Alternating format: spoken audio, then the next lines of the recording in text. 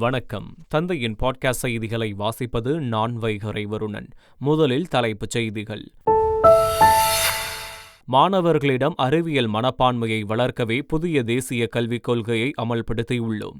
நவீன India hackathon 2024 பங்கேற்பாளர்களுடன் காணொலி காட்சி வாயிலாக கலந்துரையாடிய பிரதமர் மோடி பேச்சு.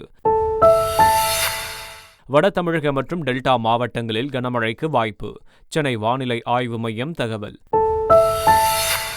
கனமழை எச்சரிக்கையால் புதுச்சேரி மற்றும் காரைக்காலில் இன்று பள்ளி கல்லூரிகளுக்கு விடுமுறை. கல்வித்துறை அமைச்சர் நமச்சிவாயம் அறிவிப்பு. கோவையில் யானைகள் வழித்தடங்களில் அதிக அளவில் மண் எடுக்க அனுமதி அளித்தது யார்? அந்த மண் எங்கே, யாருக்காக கொண்டு செல்லப்பட்டது என சென்னை உயர்நீதிமன்றம் சரமாரி கேள்வி. திருவண்ணாமலை கார்த்திகை தீப திருவிழாவை முன்னிட்டு பக்தர்கள் மலையேற தடை. தீபம் ஏற்றுபவர்களுக்கு மட்டுமே அனுமதி என மாவட்ட ஆட்சியர் பாஸ்கர பாண்டியன் அறிவிப்பு. இந்திய மகளிர் அணிக்கு எதிரான கடைசி ஒருநாள் போட்டி. ஆஸ்திரேலிய மகளிர் அணி 83 ரன்கள் வித்தியாசத்தில் அபார வெற்றி. இனி விரிவான செய்திகள். மாணவர்களிடம் அறிவியல் மனப்பான்மையை வளர்க்கவே புதிய தேசிய கல்விக் கொள்கையை அமல்படுத்தி உள்ளதாக பிரதமர் மோடி தெரிவித்தார். நவீன இந்தியா ஹேக்கத்தான் 2024 பங்கேற்கும் மாணவர்களிடம் பிரதமர் மோடி உரையாற்றினார். நாடு முழுவதும் 51 மையங்களில் நவீன இந்தியா ஹேக்கத்தான் 2024 மாபெரும் இறுதி நிகழ்ச்சியில் 1300க்கும் மேற்பட்ட மாணவர் குழுக்கள் பங்கேற்றனர். அவர்கள் மத்தியில் உரையாற்றிய பிரதமர் மோடி, இளம் கண்டுபிடிப்பாளர்கள் மத்தியில் தான் இருக்கும்போது புதிதாக ஒன்றை கற்றுக்கொள்ளவும் புரிந்து கொள்ளவும் வாய்ப்பு கிடைப்பதாக குறிப்பிட்டார். நாட்டின் பல்வேறு துறைகளில் ட்ரோன்களின் பயன்பாட்டை எடுத்துரைத்த அவர் ட்ரோன் திட்டங்களை சுட்டிக்காட்டினார். மாணவர்களிடம் அறிவியல் மனப்பான்மையை வளர்க்க புதிய தேசிய கல்விக் கொள்கையை அரசு அமல்படுத்தியுள்ளதாகவும், நாட்டின் அடுத்த தலைமுறைக்கு வளங்கள் கிடைப்பதை உறுதி செய்வதற்காக 10,000க்கும் மேற்பட்ட அடல்ட் டிங்கரிங் ஆய்வகங்களை திறந்துள்ளதாகவும் தெரிவித்தார். மகாகவி சுப்பிரமணிய பாரதியின் 143வது பிறந்தநாள் விழாவில் பாரதியின் முழுமையான படைப்புகளின் தொகுப்பை பிரதமர் மோடி வெளியிட்டார். டெல்லியில் பிரதமர் மோடியின் இல்லத்தில் நடைபெற்ற நிகழ்ச்சியில் காலவரிசையில் பாரதியின் படைப்புகள் என்று வடிவமைக்கப்பட்டுள்ள புத்தகத்தை அவர் வெளியிட்டார்.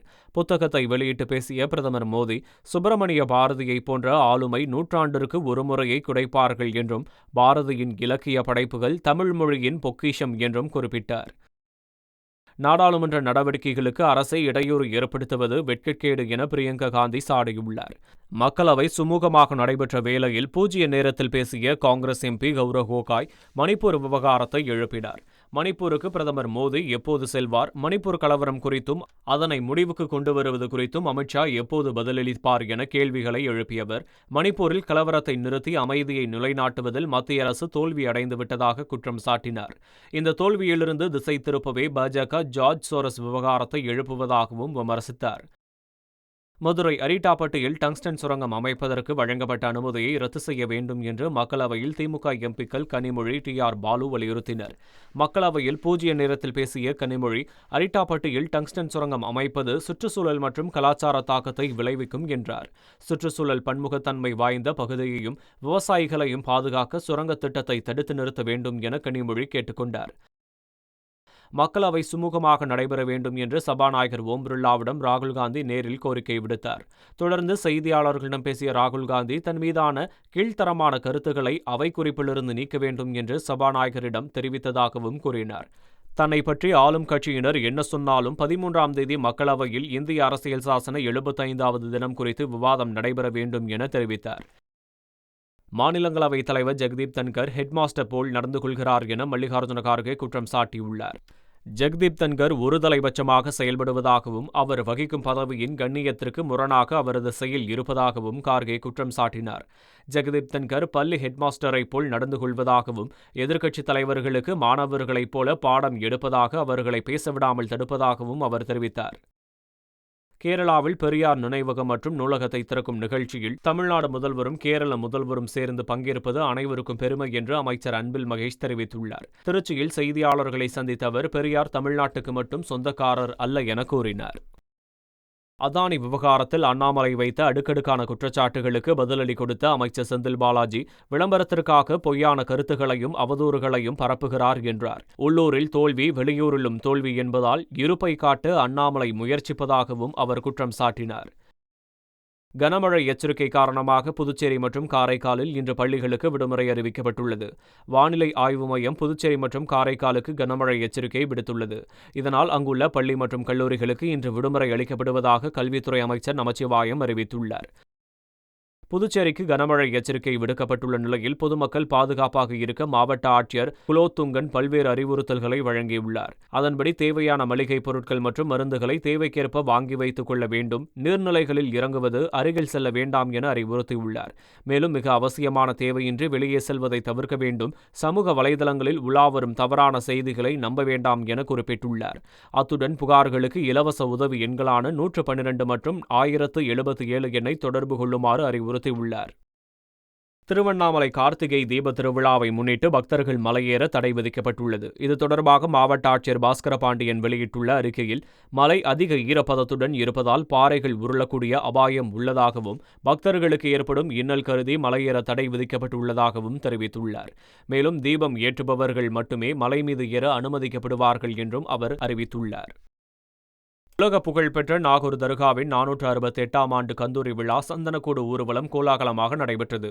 கோலாட்டம், தாரை தப்பட்டைகள், பேண்ட் வாத்தியங்கள் என கோலாகலமாக நடைபெற்ற சந்தனக்கூடு ஊர்வலத்தில் இளைஞர்கள் நடனமாடி உற்சாகமடைந்தனர். சந்தனக்கூடு ஊர்வலத்தையொட்டி 1000க்கும் மேற்பட்ட போலீசார் நாகை மற்றும் நாகூரில் பாதுகாப்பு பணியில் ஈடுபட்டனர். கடந்த 6 மாதத்தில் மீட்கப்பட்ட 1.8 கிலோ தங்கம், 1.1 கிலோ வெள்ளி மற்றும் 507 செல்போன் உள்ளிட்ட பொருட்களை பொதுமக்களிடம் ஆவடி மாநகர காவல் ஆணையர் சங்கர் வழங்கினார். மேலும் அவர் சைபர் கிரைம் மோசடி குற்றங்களில் 35 லட்சம் ரூபாய் பணம் மீட்டுக் கொடுக்கப்பட்டுள்ளதாக தெரிவித்தார். அதோடு ஆவடி மாநகரில் கொலை, கொள்ளை போன்ற குற்ற சம்பவங்கள் மட்டுமின்றி நில அபகரிப்பு, இணையவழி குற்ற சம்பவத்தில் ஈடுபட்ட 208 பேர் மீது குண்டாஸ் பாய்ந்துள்ளதாக கூறினார். தமிழக அரசின் போக்குவரத்து துறை 12 மீட்டர் நீளமுள்ள 500 தாழ்தள மின்சார பேருந்துகளை வாங்க டெண்டர் கோரியுள்ளது. குளிர்சாதன வசதி இல்லாத மற்றும் குளிர்சாதன வசதி கொண்ட 2 வகையான பேருந்துகளை வாங்க திட்டமிடப்பட்டுள்ளது. சென்னை, கோவை, மதுரை உள்ளிட்ட நகரங்களில் இயக்குவதற்காக இந்த பேருந்துகள் வழங்கப்பட உள்ளன. சென்னை மாநகர பகுதிகளில் 500 மின்சார தாழ்தள பேருந்துகளை இயக்க ஏற்கனவே பணியாணை வழங்கப்பட்டுள்ளது குறிப்பிடத்தக்கது.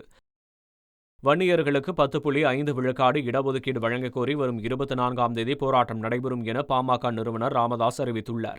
தமிழ்நாட்டில் உள்ள அனைத்து மாவட்ட தலைநகரங்களிலும் வட்ட தலைநகரங்களிலும் பாமக சார்பில் மாபெரும் மக்கள் திரள் ஆர்ப்பாட்டம் நடத்தப்பட உள்ளதாகவும், காஞ்சிபுரம் நகரில் நடைபெறும் போராட்டத்தை பாமக தலைவர் அன்புமணி ராமதாஸ் தலைமையேற்று நடத்துவார் என்றும் ராமதாஸ் தெரிவித்துள்ளார்.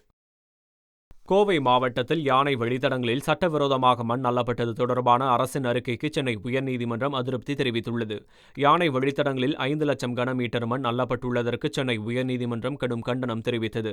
சட்டவிரோதமாக மண் எடுத்தவர்களிடம் 119 கோடி ரூபாய் அபராதமாக வசூலிக்கப்பட்டுள்ளதாக தமிழக அரசு வழக்கு விசாரணையின் போது தெரிவித்தது. இதனைத் தொடர்ந்து யானை வழித்தடத்தில் மண் எடுத்தது யார், இதன் பயனாளிகள் யார் உள்ளிட்ட விவரங்களை அறிக்கையாக தாக்கல் செய்ய தமிழக அரசுக்கு சென்னை உயர்நீதிமன்றம் உத்தரவிட்டது. திண்டிவனம் சிப்காட் உணவு பூங்காவில் 400 கோடி ரூபாய் முதலீட்டில் புதிய உற்பத்தி ஆலையை அமைக்கும் டாபர் நிறுவனம் சுற்றுச்சூழல் அனுமதி கோரி விண்ணப்பித்துள்ளது.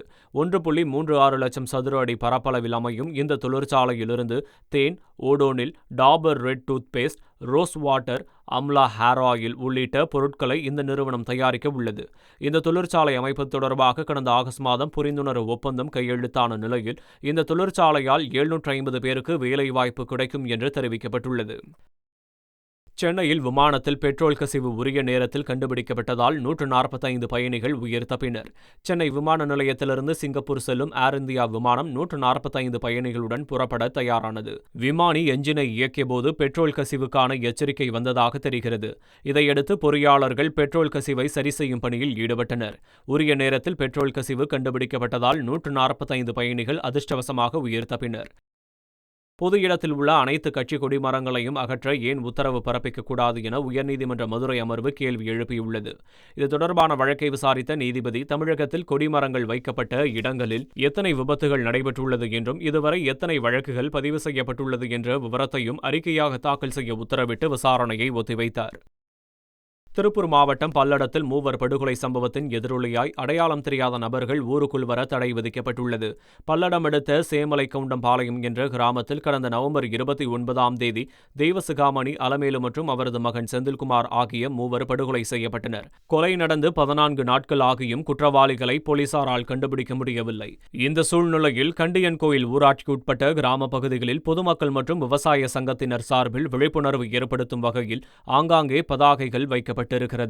அடையாளம் தெரியாத நபர்கள் ஊருக்குள் நுழைய தடை எனவும், அடையாளம் தெரியாத நபர்களை வைத்து வீடு மராமத்து பணி மற்றும் கிணறுகளை தூர்வாரும் பணி செய்வதை தவிர்ப்போம் எனவும் பதாகையில் குறிப்பிடப்பட்டிருந்தது. நடிகர் வடிவேலுவுக்கு எதிராக எந்த அவதூறு கருத்தும் தெரிவிக்கப் போவதில்லை என்றும், தெரிவித்த கருத்துக்களை திரும்ப பெற்றுக் கொள்வதாகவும் நடிகர் சிங்கமுத்து தரப்பில் சென்னை உயர்நீதிமன்றத்தில் உத்தரவாத மனு தாக்கல் செய்யப்பட்டுள்ளது. யூடியூப் சேனல்களுக்கு அளித்த பேட்டியில் தன்னை பற்றி அவதூறாக பேசியதற்காக சிங்கமுத்து 5 கோடி ரூபாய் மான நஷ்ட ஈடாக வழங்கக் கோரி வடிவேலு வழக்கு தொடர்ந்திருந்தார். இந்நிலையில் சிங்கமுத்து தரப்பில் உத்தரவாத மனு தாக்கல் செய்யப்பட்டுள்ளது. 2023ஆம் ஆண்டின் சிறந்த திரைப்படத்திற்கான புதுச்சேரி அரசின் சங்கரதாஸ் சுவாமிகள் விருதுக்கு மம்முட்டி நடித்த காதல் தி கோர் மலையாள திரைப்படம் தேர்வு செய்யப்பட்டுள்ளது. ஜியோ பேபி இயக்கத்தில் மம்முட்டி, ஜோதிகா நடித்த காதல் தி கோர் படம் விமர்சன ரீதியாக பாராட்டுகளை பெற்றது. இந்த சூழலில் வரும் 13ஆம் தேதி புதுச்சேரியில் நடைபெறவுள்ள இந்திய திரைப்பட விழாவில் காதல் தி கோர் பட இயக்குநர் ஜியோ பேபிக்கு புதுச்சேரி முதல்வர் ரங்கசாமி சங்கரதாஸ் சுவாமிகள் விருது வழங்கி கௌரவிக்கிறார். ஹைதராபாத்தில் புஷ்பா 2 திரைப்படத்தின் போது தியேட்டரில் கூட்ட நெரிசலில் சிக்கி பெண் உயிரிழந்த விவகாரத்தில் தன் மீது பதியப்பட்ட வழக்கை ரத்து செய்யக்கோரி ஹைதராபாத் உயர்நீதிமன்றத்தில் நடிகர் அல்லு அர்ஜுன் மனு தாக்கல் செய்துள்ளார். புஷ்பா 2 படத்தின் சிறப்பு காட்சியின் போது கூட்ட நெரிசலில் சிக்கி பெண் உயிரிழந்த விவகாரத்தில் சிறப்பு காட்சி பார்க்க வந்த அல்லு அர்ஜுன் மீது வழக்கு பதியப்பட்டுள்ளது. சம்பந்தப்பட்ட தியேட்டர் உரிமையாளர், பொது மேலாளர், துணை மேலாளரை போலீசார் கைது செய்துள்ளது குறிப்பிடத்தக்கது. டெல்லியில் பிரதமர் மோடியை சந்தித்து பேசிய பாலிவுட் நடிகர், நடிகைகள். பழம்பெரும் நடிகர் ராஜ்கபூரின் நூற்றாண்டு விழாவை முன்னிட்டு டிசம்பர் 14ஆம் தேதி நடைபெறும் திரைப்பட விழாவில் கலந்து கொள்ள அவருக்கு அழைப்பு விடுத்தனர். ரன்பீர் கபூர், ஆலியா பட், கரீனா கபூர், சயிஃப் அலி கான், கரிஷ்மா கபூர், ரித்திமா கபூர் சாஹினி, ஆதா ஜெயின், அர்மான் ஜெயின் மற்றும் நித்து கபூர் உட்பட பலர் பிரதமர் மோடியை நேரில் சந்தித்தனர். அவர்களுடன் பிரதமர் மோடி கலந்துரையாடினார். இந்தியா கூட்டணிக்கு தலைமை ஏற்க ஆதரவு தெரிவித்த தலைவர்களுக்கு மம்தா பானர்ஜி நன்றி தெரிவித்துள்ளார். இந்தியா கூட்டணியின் தலைமை காங்கிரசின் கையில் உள்ள வேளையில் கூட்டணியில் இடம்பெற்றுள்ள கட்சிகள் மம்தா பானர்ஜி தலைமையேற்க வேண்டும் என கூறி வருகின்றன. இந்தியா கூட்டணியில் மம்தாவுக்கு ஆதரவு மேலோங்க இந்தியா கூட்டணி குறித்து கருத்து சொல்ல விரும்பவில்லை. ஆனால் எனக்கு ஆதரவு தெரிவித்த தலைவர்களுக்கு எல்லாம் நன்றி என மம்தா பானர்ஜி கூறியுள்ளார். சபரிமலையில் மாற்றுத்திறனாளிகளுக்கு டோலி வழங்க வேண்டும் என கேரள உயர்நீதிமன்றம் கடும் உத்தரவு பிறப்பித்துள்ளது. இதை காவல்துறையும் தேவசம் போர்டும் உறுதி செய்ய வேண்டும் என்றும் நீதிபதிகள் உத்தரவிட்டுள்ளனர். பம்பை பேருந்து நிறுத்தத்திற்கு வந்த மாற்றுத்திறனாளிகளுக்கு டோலி வழங்கப்படவில்லை என்ற சிறப்பு ஆணையரின் அறிக்கை குறித்து நீதிமன்றம் முன்பு விளக்கம் கேட்டிருந்த நிலையில் திருவனந்தபுரம் பாலோட்டைச் சேர்ந்த மாற்றுத்திறனாளி ஒருவர் பம்பையில் பேருந்திலிருந்து இறங்கிய இடத்தில் டோலியை விடாமல் போலீசார் தடுத்து நிறுத்தியதாக புகார் அளித்தார்.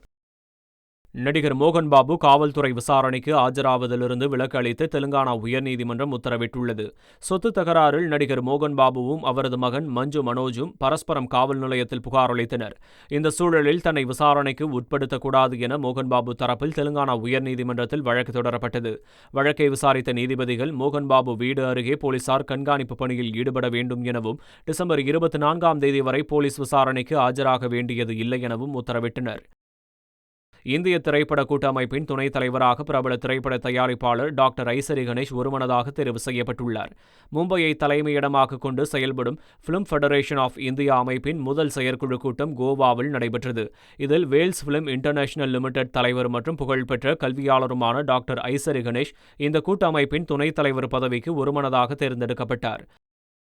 குறுகிய நாளில் 1000 கோடி ரூபாய் வசூல் செய்த இந்திய படம் என்ற சாதனையை புஷ்பா 2 திரைப்படம் படைத்துள்ளது. முதல் நாள் வசூலாக 294 கோடி ரூபாய் வசூலை ஈட்டிய நிலையில் 6வது நாள் முடிவில் சர்வதேச அளவில் 1000 கோடி ரூபாயை கடந்துள்ளதாக தயாரிப்பு நிறுவனம் தெரிவித்துள்ளது. இதுவரை வெளியான இந்திய சினிமாக்களிலேயே இப்படம்தான் விரைவாக 1000 கோடி வசூலித்த படம் என்கின்ற சாதனையை படைத்துள்ளது. குறிப்பாக படம் வெளியாவதற்கு முன்னதாகவே OTT உரிமம், திரையரங்கு உரிமம் என இதுவரைக்கும் இல்லாத வகையில் அதிகமான தொகைக்கு விற்பனை செய்து சாதனை படைத்துள்ளது என்பதும் குறிப்பிடத்தக்கது. சிரியாவை கிளர்ச்சியாளர்கள் கைப்பற்றியுள்ள நிலையில் அந்நாட்டு மக்கள் தொடர்ந்து கொண்டாட்டத்தில் ஈடுபட்டு வருகின்றனர். அதிபர் பஷார் அல் அசாத் நாட்டை விட்டு தப்பியோடி ரஷ்யாவில் தஞ்சமடைந்துள்ளார். இதனை அந்நாட்டு மக்கள் கொண்டாடி வரும் நிலையில் தலைநகர் டமாஸ்கஸில் உள்ள உமையாத் சதுக்கத்தில் நடனமாடியும் பட்டாசுகளை வெடித்தும் சிரிய மக்கள் கொண்டாடி வருகின்றனர். சிரியாவில் உள்நாட்டுப் போரின் போது அகதிகளாக வெளிநாடுகளுக்கு சென்றவர்கள் இப்போது கிளர்ச்சியாளர்கள் குழு நாட்டை கைப்பற்றியதும் சொந்த நாட்டுக்கு திரும்பி வருகிறார்கள். லெபனானிலிருந்து சிரியர்கள் வருவதால் இரு நாடுகளிடையிலான எல்லை முன்பு எப்போதும் இல்லாத வகையில் மனித தலைகளாக காட்சியளிக்கிறது. எல்லை கடந்து தாய் நாட்டுக்கு வரும் மக்கள் யுத்தம் முடிந்துவிட்டது, எங்கள் தாயகத்திற்கு திரும்புகிறோம், எங்கள் நாட்டில் இனி நாங்கள் எளிதாக வாழ்வோம் என மகிழ்ச்சியை தெரிவித்து வருகிறார்கள். இந்திய மகளிர் அணிக்கு எதிரான கடைசி ஒருநாள் போட்டியில் ஆஸ்திரேலிய மகளிர் அணி 83 ரன்கள் வித்தியாசத்தில் அபார வெற்றி பெற்றது. பெர்த்தில் நடைபெற்ற போட்டியில் முதலில் பேட்டிங் செய்த ஆஸ்திரேலிய மகளிர் அணி 298 ரன்கள் குவித்தது. அனபெல் சுதர்லாந்து சதம் விளாசினார். தொடர்ந்து ஆடிய இந்திய மகளிர் அணி 215 ரன்களுக்கு ஆல் அவுட் ஆனது. தொடக்க வீராங்கனை மந்தனா சதமடித்து மற்ற வீராங்கனை பங்களிக்காததால் இந்தியா தோல்வியடைந்தது. 3 போட்டிகளையும் வென்று ஒருநாள் தொடரை வென்ற ஆஸ்திரேலிய மகளிர் அணி இந்திய மகளிர் அணியை ஒயிட் வாஷ் செய்துள்ளது. PGD தொடரில் இந்திய ஆஸ்திரேலிய அணிகள் மோதும் 3வது டெஸ்ட் போட்டி பிரிஸ்பேனில் வரும் 14ஆம் தேதி தொடங்குகிறது. இதற்காக அடிலைட்டிலிருந்து புறப்பட்ட இந்திய வீரர்கள் விமானம் மூலமாக பிரிஸ்பேன் சென்றடைந்தனர். இந்திய வீரர்கள் பிரிஸ்பேன் சென்றடைந்த வீடியோவை BCCI வெளியிட்டுள்ளது. நவம்பர் மாதத்திற்கான சிறந்த கிரிக்கெட் வீரர் மற்றும் வீராங்கனையை சர்வதேச கிரிக்கெட் கவுன்சில் அறிவித்துள்ளது. சமீபத்தில் ஆஸ்திரேலியாவுக்கு எதிரான ஒருநாள் தொடரில் சிறப்பாக விளையாடிய பாகிஸ்தான் வீரர் ஹாரிஸ் ரஃப் நவம்பர் மாத சிறந்த வீரராக அறிவிக்கப்பட்டுள்ளார். அதேபோல் தென்னாப்பிரிக்கா மகளிர் அணிக்கு எதிரான T20 தொடரில் சிறப்பாக விளையாடிய இங்கிலாந்து வீராங்கனை டானி வியாட்-ஹார்ட் நவம்பர் மாதத்தின் சிறந்த வீராங்கனையாக அறிவிக்கப்பட்டுள்ளார். தென்கிழக்கு வங்கக்கடலில் நிலவிய காற்றழுத்த தாழ்வு பகுதி தீவிர காற்றழுத்த தாழ்வு பகுதியாக வலுவடைந்துள்ளதால் தமிழகம் மற்றும் புதுவையில் கனமழைக்கு வாய்ப்புள்ளதாக தெரிவிக்கப்பட்டுள்ளது. சென்னை, செங்கல்பட்டு, சேலம், மதுரை, தஞ்சை, திருச்சி, நாகை, புதுச்சேரி மற்றும் காரைக்கால் உள்ளிட்ட பகுதிகளில் கனமழை பெய்யும் என வானிலை ஆய்வு மையம் கூறியுள்ளது. மீண்டும் தலைப்புச் செய்திகள். மாணவர்களிடம் அறிவியல் மனப்பான்மையை வளர்க்கவே புதிய தேசிய கல்விக் கொள்கையை அமல்படுத்தியுள்ளோம். நவீன இந்தியா ஹேக்கத்தான் 2024 பங்கேற்பாளர்களுடன் காணொலி காட்சி வாயிலாக கலந்துரையாடிய பிரதமர் மோடி பேச்சு. வட தமிழக மற்றும் டெல்டா மாவட்டங்களில் கனமழைக்கு வாய்ப்பு, சென்னை வானிலை ஆய்வு மையம் தகவல். கனமழை எச்சரிக்கையால் புதுச்சேரி மற்றும் காரைக்காலில் இன்று பள்ளி கல்லூரிகளுக்கு விடுமுறை, கல்வித்துறை அமைச்சர் நமச்சிவாயம் அறிவிப்பு. கோவையில் யானைகள் வழித்தடங்களில் அதிக அளவில் மண் எடுக்க அனுமதியளித்தது யார்? அந்த மண் எங்கே, யாருக்காக கொண்டு செல்லப்பட்டது என சென்னை உயர்நீதிமன்றம் சரமாரி கேள்வி. திருவண்ணாமலை கார்த்திகை தீப திருவிழாவை முன்னிட்டு பக்தர்கள் மலையேற தடை, தீபம் ஏற்றுபவர்களுக்கு மட்டுமே அனுமதி என மாவட்ட ஆட்சியர் பாஸ்கர பாண்டியன் அறிவிப்பு. இந்திய மகளிர் அணிக்கு எதிரான கடைசி ஒருநாள் போட்டி ஆஸ்திரேலிய மகளிர் அணி 83 ரன்கள் வித்தியாசத்தில் அபார வெற்றி. இத்துடன் பாட்காஸ்ட் செய்திகள் நிறைவு பெறுகின்றன. வணக்கம்.